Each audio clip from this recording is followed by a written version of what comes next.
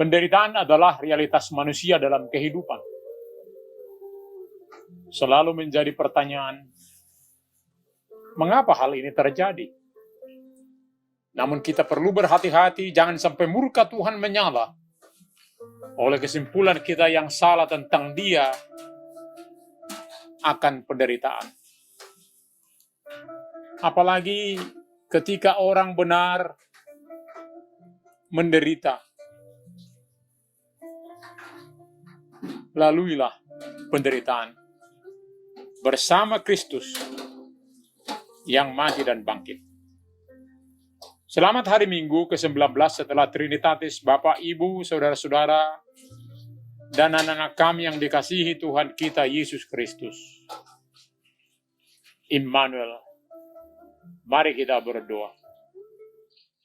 Damai sejahtera Allah yang melampaui segala akal akan memelihara hati dan pikiranmu dalam Kristus Yesus. Amin.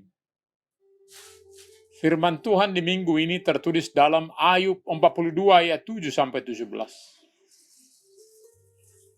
Setelah Tuhan mengucapkan firman ini kepada Ayub, maka firman Tuhan kepada Elifas, orang Teman, murkaku menyala terhadap engkau dan terhadap kedua sahabatmu, karena kamu tidak berkata benar tentang aku seperti hambaku Ayub. Oleh sebab itu ambillah 7 ekor lembu jantan dan 7 ekor domba jantan, dan pergilah kepada hambaku Ayub. Lalu persembahkanlah semuanya itu sebagai korban bakaran untuk dirimu. Dan baiklah hambaku Ayub meminta doa untuk kamu, karena hanya permintaannya lah yang akan kuterima, supaya aku tidak melakukan aniaya terhadap kamu. Sebab kamu tidak berkata benar tentang aku seperti hambaku Ayub. Maka pergilah Elifas orang Teman, Bildad orang Suah, dan Zofar orang Naamah. Lalu mereka melakukan seperti apa yang difirmankan Tuhan kepada mereka. Dan Tuhan menerima permintaan Ayub. Lalu Tuhan memulihkan keadaan Ayub setelah ia meminta doa untuk sahabat-sahabatnya. Dan Tuhan memberikan kepada Ayub 2 kali lipat dari segala kepunyaannya dahulu. Kemudian datanglah kepadanya semua saudaranya laki-laki dan perempuan, dan semua kenalannya yang lama, dan makan bersama-sama dengan dia di rumahnya. Mereka menyatakan turut berduka cita dan menghibur dia oleh karena segala malapetaka yang telah ditimpakan Tuhan kepadanya. Dan mereka masing-masing memberi dia uang 1 kesita dan sebuah cincin emas. Tuhan memberkati Ayub dalam hidupnya yang selanjutnya lebih daripada dalam hidupnya yang dahulu. Ia mendapat 14.000 ekor kambing domba dan 6.000 unta, 1.000 pasang lembu, dan 1.000 ekor keledai betina. Ia juga mendapat 7 orang anak laki-laki dan 3 orang anak perempuan. Dan anak perempuan yang pertama diberinya nama Yemina, yang kedua Kezia, dan ketiga Keren-Hapuk. Di seluruh negeri tidak terdapat perempuan yang secantik anak-anak Ayub. Dan mereka diberi ayahnya milik pusaka di tengah-tengah saudara-saudaranya laki-laki. Sesudah itu Ayub masih hidup 140 tahun lamanya. Ia melihat anak-anaknya dan cucu-cucunya sampai keturunan yang keempat. Maka matilah Ayub, tua dan lanjut umur. Mengatakan hal tidak benar tentang Allah oleh asumsi adalah dosa. Maka sangat perlu memohon ampun akan hal itu.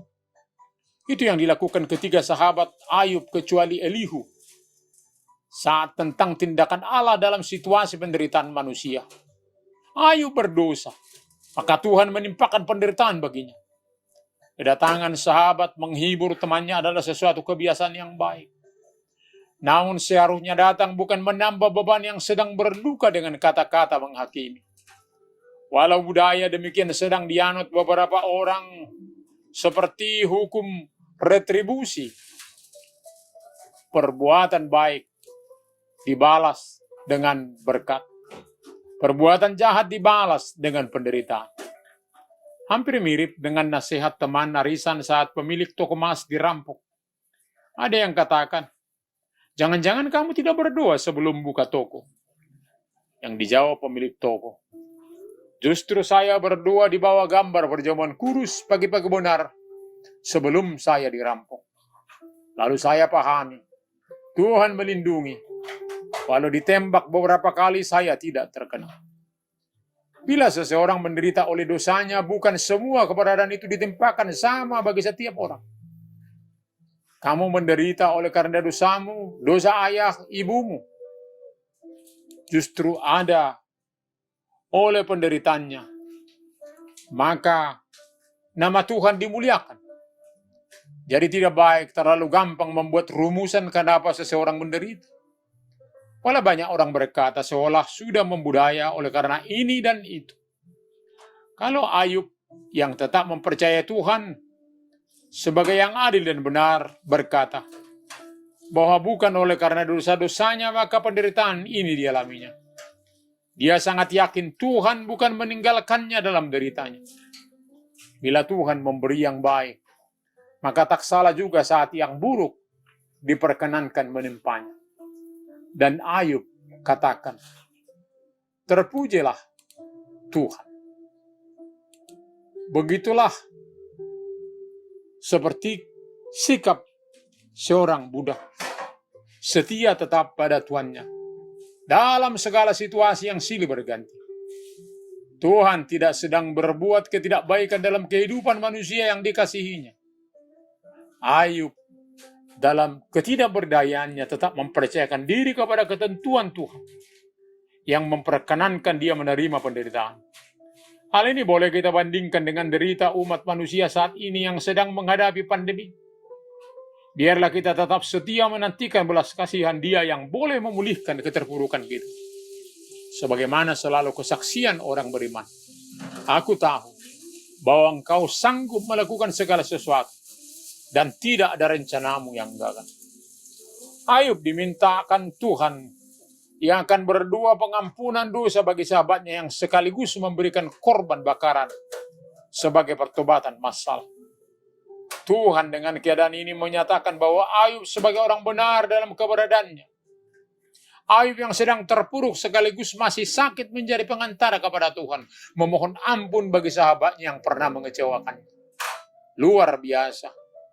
Keterpurukan tidak mempengaruhi Tuhan dalam mendengarkan doa yang dikasihinya. Jadi jangan pernah merasa rendah diri sehingga tidak mau berdoa kepada Tuhan saat sedang susah.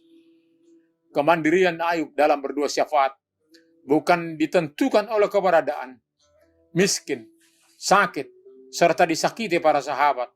Dengan rumusan, Ayub berdosa, maka menerima penderitaan. Justru bukan doa sahabatnya yang sehat jasmani, namun salah berucap yang dibutuhkan. Tetapi doa Ayub yang sedang terpuruk, tetapi hidup dalam kebenaran Allah. Hubungan dengan Tuhan tidak ditentukan oleh berbagai kepemilikan atau keadaan fisik, tetapi hidup yang terpaut pada Tuhan. Iman Ayub tidak dikalahkan oleh kondisi kehidupannya. Dalam suka duka, dia tetap setia kepada Tuhan. Hal ini juga menyatakan bahwa kekecewaan Ayub terhadap sahabatnya telah dipulihkan oleh Tuhan. Ini nyata dengan kepeduliannya dalam doa keselamatan bagi sahabatnya, bukan doa pembalasan dendam. Begitulah keberadaan orang yang berjumpa dengan Tuhan. Sakit hati pulih, akar kepahitan hilang, sehingga mampu mengampuni. Tuhan memulihkan keberadaan Ayub. Miliknya diberkati 2 kali lipat dari sebelumnya. Bahkan saudara-saudaranya juga ikut memberkati. Bagi Tuhan, bukan hal yang sulit memulihkan keberadaan seseorang yang dikasihinya. Namun janganlah mengadili Allah saat kita sedang menderita dalam pengetahuan kita yang tidak sempurna tentang Dia. Tuhan memperhatikan, memelihara umat ciptanya. Menderita, bukan Tuhan tidak lihat, bukan tidak perhatian. Zaman ke zaman, sepanjang zaman, kasih Tuhan tetap tersalur bagi umat manusia yang dikasihinya. Rencana Tuhan yang terbaik masih berproses bagi kita setiap orang. Walau terkadang perasaan dan pemikiran semuanya itu adalah karena kekuatannya. Namun suatu waktu dalam perjalanan hidup. Semoga seluruh manusia memahami betapa Tuhan sangat menyayangi manusia yang diciptakan sesuai dengan gambar dan rupanya. Ayo kembali mempunyai keturunan dan masih melihat mereka sampai generasi keempat. Lalu mati dalam lanjut umur. Walau ada juga ahli yang mengatakan, duka kehilangan anak tidak dapat tergantikan. Namun jangan lupa, cinta kasih Tuhan melebihi cinta orang tua bagi anak-anaknya. Dia sudah menetapkan berbagai hal yang terbaik untuk setiap ciptaannya. Dalam keberadaan kita sebagai manusia, kita perlu belajar pada Tuhan. Belajar terus hingga semakin dewasa. Dan jangan terlalu cepat menyimpulkan keberadaan Allah dalam berbagai keadaan yang sulit dipahami dengan keterbatasan kita sebagai manusia yang tak terbandingkan dengan Dia Sang Khalik. Amin. Mari kita berdoa. Terima kasih Bapa untuk firman-Mu pada saat ini yang memberikan kami kekuatan untuk boleh terus-menerus belajar bagaimana perjalanan hidup kami kepada Tuhan. Biarlah kami boleh Tuhan berikan kekuatan saat kami menghadapi penderitaan. Biarlah kami saling menghibur yang satu dengan yang lain dalam kehidupan kami. Sehingga kami boleh bersama-sama semakin kuat karena kami saling menopang yang satu dengan yang lain. Terima kasih Tuhan untuk firman-Mu pada saat ini. Biarlah kami setiap orang terus-menerus hidup bersama dengan Tuhan dalam perjalanan hidup ini. Terima kasih Bapa. Hanya di dalam nama Yesus Kristus kami berdoa dan mengucap syukur. Amin.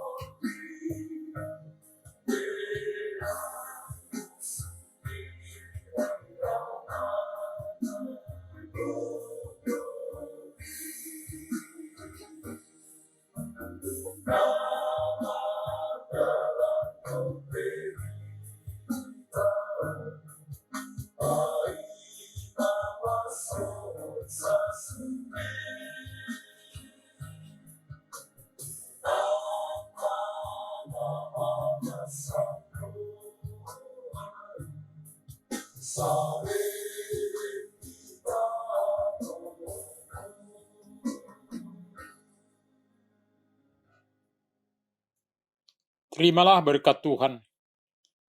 Tuhan memberkati engkau dan melindungi engkau. Tuhan menyinari wajahnya kepada engkau dan memberi engkau kasih karunia. Tuhan menghadap